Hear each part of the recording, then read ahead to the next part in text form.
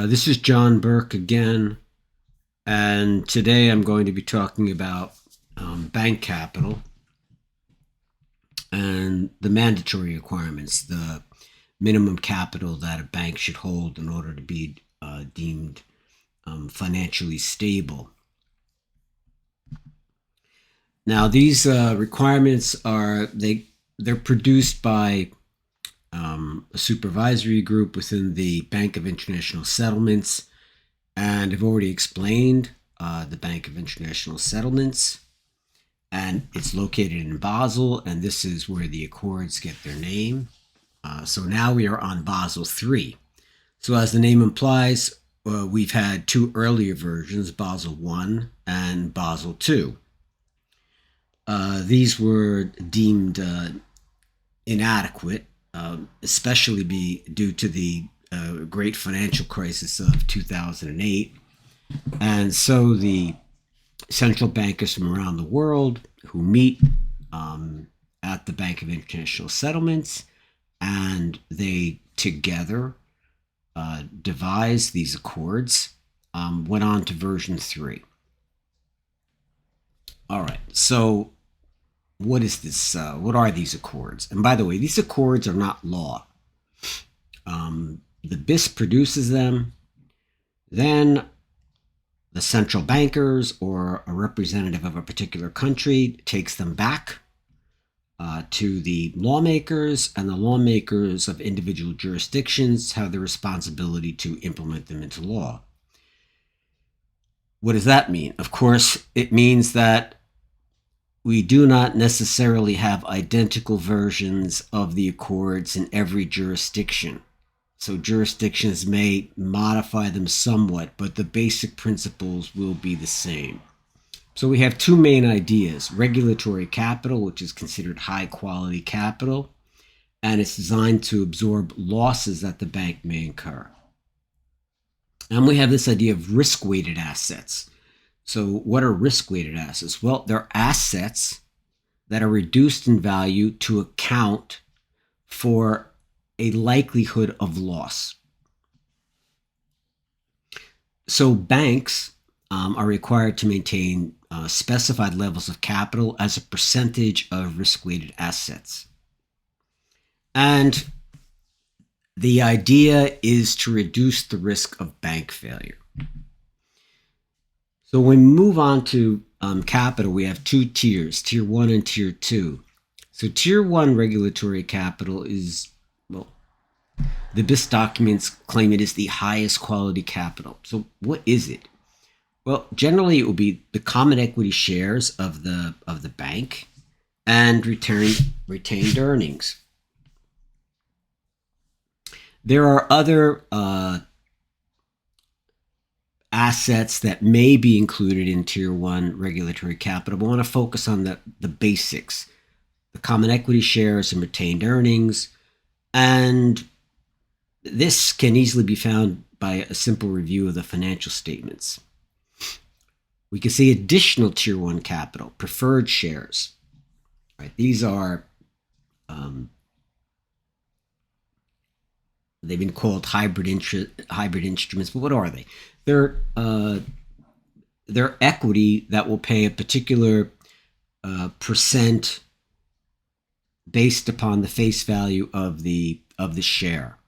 And then we have debt that can be converted into equity at a predetermined event. It's more complex than this, but I want to give you the general overview of how you would go about computing the Tier 1 capital of a bank. So what is the quantity? So the common equity Tier 1 must equal 7% of risk-weighted assets. Now the 7% is the highest figure. So this includes the buffer of 2.5%. Not every jurisdiction will have included this additional buffer. We can see the mandatory is 4.5%. But now, in 2022, many jurisdictions are adopting the additional buffer, so we have 7%. Now we can course, an asset is never risk-free, and that's why they're assigned weights. So how do we calculate the Tier 1 capital ratio? Well, we divide the bank's Tier 1 capital. Okay, so it's what have we seen? Common equity, retained values, preferred shares, a debt that can be converted to equity as some of the things that can be included in Tier 1 capital. And we divide the Tier 1 capital by the total value of the bank's risk-weighted assets. Let's give it a hypothetical example. We assume a bank has $3 million of common equity, $2 million of retained earnings. We won't go into additional. And the bank has $50 million in risk-weighted assets. Well, it's based upon the Basel standards, this bank is in a satisfactory financial condition. The capital ratio is 10%, which exceeds the 7% requirement minimum. So risk-weighted assets, we can find them. I've given you a link to look up the schedule of how they are determined.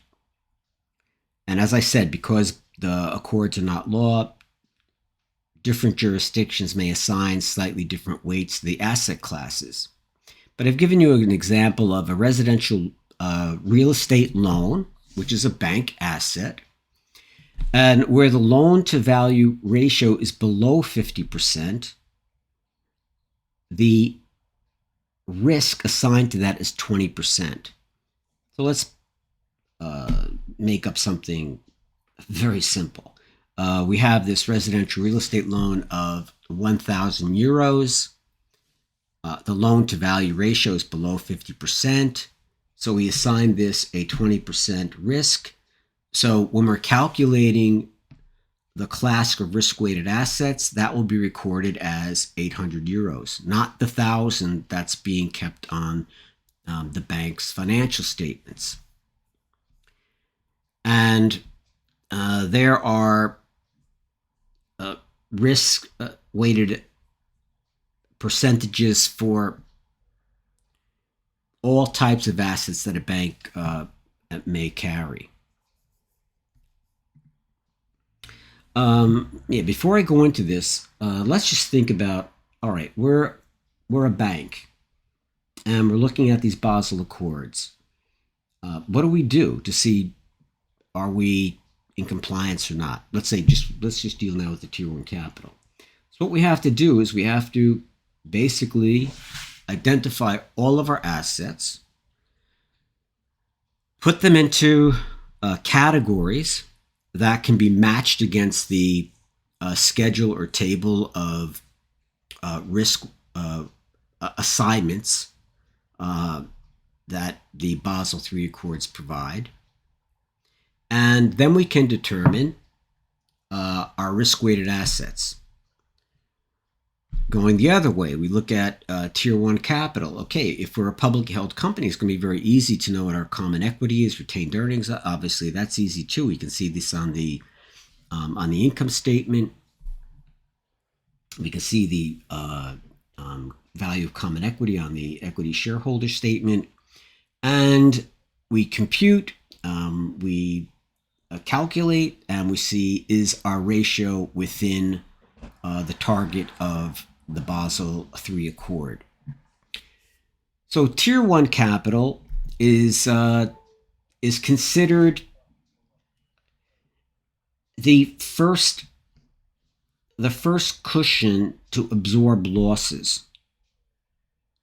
So if a bank incurs losses that they did not foresee, or a bank incurs losses where, okay, the likelihood that they were going to take these losses was foreseeable, they would have enough Tier 1 capital to absorb the loss so that the bank does not become insolvent. But Basel III, the previous accords also had these concepts, has another tier, Tier 2 capital. But Tier 2 capital, if a bank runs through its Tier 1 capital, and the losses are still there, and the bank starts to use its Tier 2 capital. Under the BIS, the Basel Accords, the bank has reached a point of non-viability. It's considered a gone concern. So the going concern concept is applied to the Tier 1 capital. The gone concern is applied when it's using both Tier 1 and using Tier 2. At that point, the bank is beyond the point of viability and likely will be liquidated, or it will have to be bailed out if it's a systemically important institution. So what's the point of the Tier 2 capital? Well, it's to take losses before losses have to be incurred by the creditors of the institution. So what's Tier 2 capital? All right.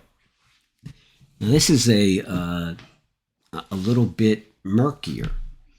So it's called the bank's supplementary capital. So we have undisclosed reserves, revaluation reserves, and subordinated debt.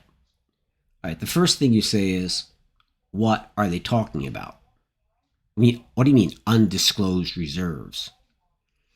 Well, undisclosed reserves are some type of asset that a bank has that is not being reported on its financial statement.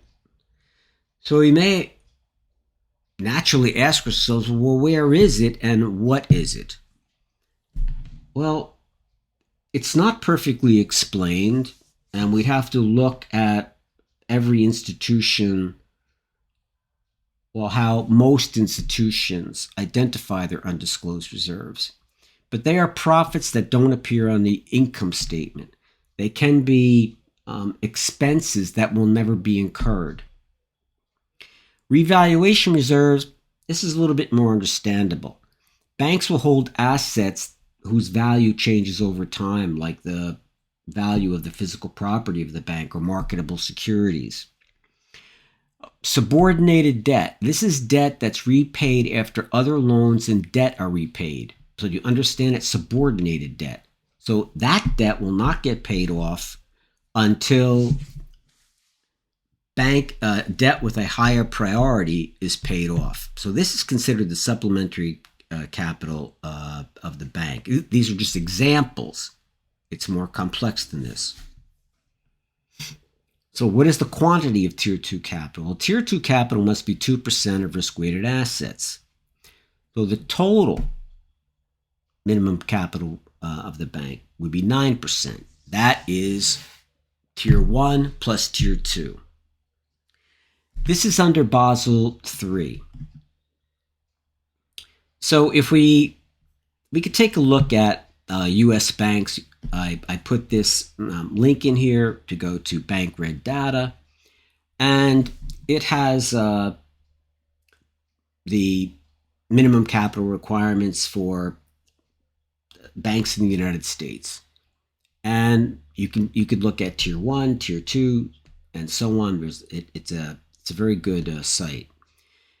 What does it show? It shows that in general, especially the largest banks, have Tier 1 capital far in excess of the minimum required. So I remember looking, let's say JP Morgan, some other big banks, they're getting close to 20% of risk-weighted assets. Now the Tier 2 capital varies, and you'll see that most of it's around 1.25%, because U.S. law doesn't require the 2% that is recommended by the Basel III Accord.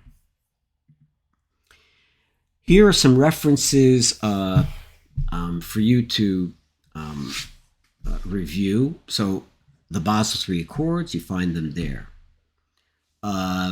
This is important. The legal instrument establishing the European Banking Authority. I'm going to discuss that in another slide, but it's important.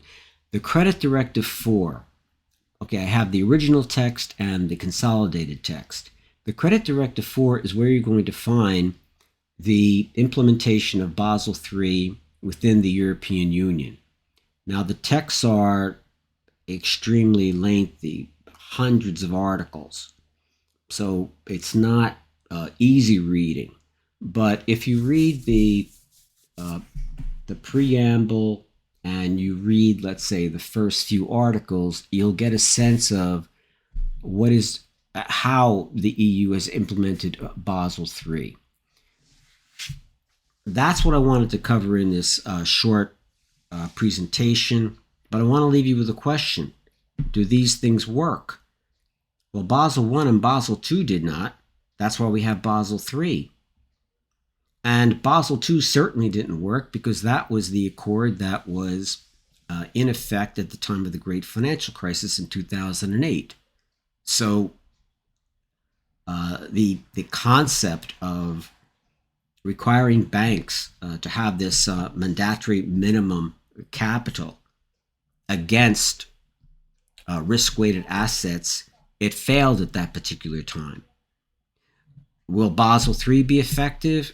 Only time will tell. So far we haven't encountered a financial crisis yet. But just keep in mind that they're vulnerable. So I'll end with that. Thank you.